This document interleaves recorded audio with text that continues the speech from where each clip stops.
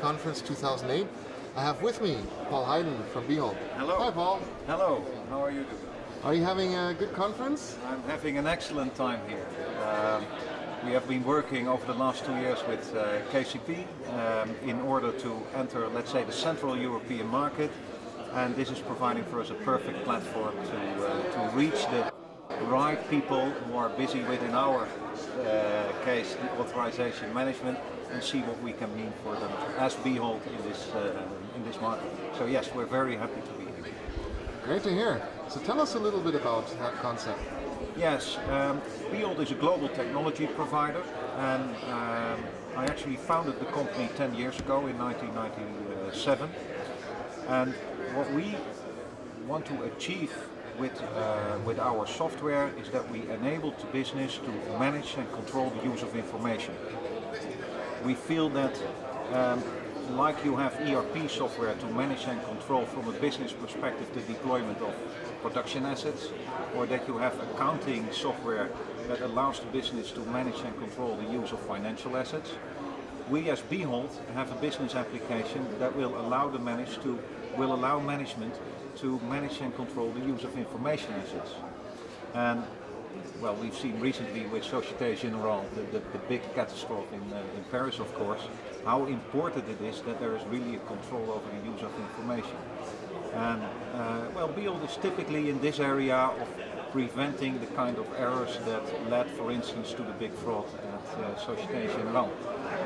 What we are doing is that we preventively check what person with a certain role in the organization, what access right this person should have, and that these access rights are revoked once that his position changed, or that he is no longer part of a project or no longer working in a certain business process, so that he's not able to accumulate all sorts of access rights and in the end is able to approve what he is requesting. That is basically the nightmare scenario for every bank, that is possible. Right, and you do this across application boundaries. Yeah, of course. As I said, we always try to think from the perspective of managers. And why would we bother them with the fact that we have 50 applications? The thing is that he has, for instance, 4 sales managers, and he just wants to make sure that these people can do their job. So what we offer is that he simply activates the role of sales manager for the sales manager. The person gets his access right and he starts working. There is no interference of, let's say, the problem of understanding what the sales manager should actually do in activating access rights in RACF or in SAP, etc. So this whole translation from IT permissions into something that is understandable for the business, I consider that one of the, let's say, core achievements of what BHOLD is doing. Yes. Well, one of my focuses at Copenhagen Coal is identity federation. And there's a big hole when it comes to authorization. Identity federation nowadays solves the authentication problem pretty nicely. But when you get to cross entity authorization, meaning, you know, now that I know that you're coming from a trusted source, I know you're Paul, but what do I give you access to? Who can actually authorize that? Do you think that there are some opportunities for you in that particular segment? Well, perhaps more in general, this conference is called the Identity Conference. So what people still find, and correctly by the way, their biggest challenge is just to make sure that the user we have, for instance, in HR or within a CRM system, that we can actually trace all the accounts in the separate applications back to that user. That's already something that's essentially identity management. Usually people talk about identity and access management, but the authorization part is often overseen, or people simply think that's something we'll do later, not today, because it's difficult as it is. On the other hand, perhaps within the boundaries of an organization there is still enough control, not really, but let's say there is enough control to at least accept to some extent that you're not completely in control of access rights.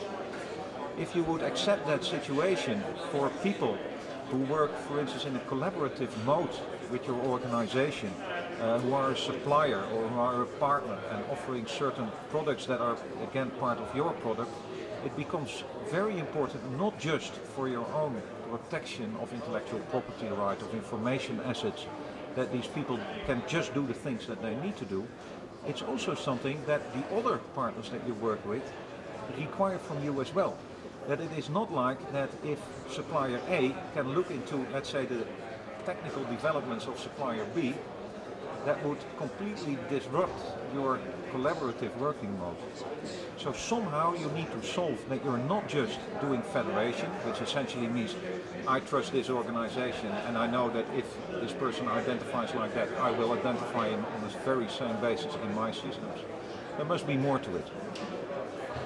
Now, if we take a better look at federation and access, in the end what we will see is that you always need some sort of a starting administration.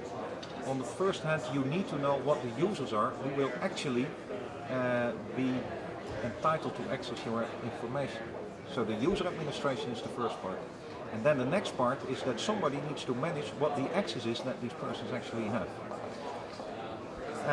So what we tend to do already for years, but we never considered this in let's say, the context of federation, is that we see that the organization itself determines what the roles are that these suppliers should have in order to access some parts of your information system. And then we thought, well, wouldn't it be better if we delegate the ability to add users that work in, let's say, as a supplier within your team for the other organization, add them yourself, because you trust them to do the work, at the very same roles that we as a central organization decided that these suppliers should have. Simply manage these user role combinations yourself out of the boundary. I mean, it doesn't matter, it's completely controlled. These are just the roles that we consider to be responsible to be provided to these users. They determine what the user role combinations are, but on a central level you determine whether this supplier is, after all, entitled to add users, whether he is, what he is entitled to give. So the supplier will never be able to change a role, but he is of course able to add it to a user or revoke it from a user. And then suddenly you become to see that collaborative working modus really is possible, because the real operational burden is put to the supplier, and you're just controlling this on the governance level. Now that's what everybody would love to see. And that's exactly what we are already doing for a long time, for instance, in insurance companies who have a lot of dealers with a lot of personnel themselves. They manage who is actually entitled to access the information of the insurance company. They determine what user should have what role, who is an administrator, who is approving things, and so on and so on. But we on a central level determine who is actually entitled to do what is in the role that is provided to this person. So I think that the solutions are already there, but people just need to get accustomed to it. That there are people who need to access your information and they come from outside the traditional border, so to say. So that's, I think federation is a big new development. It is. I would think that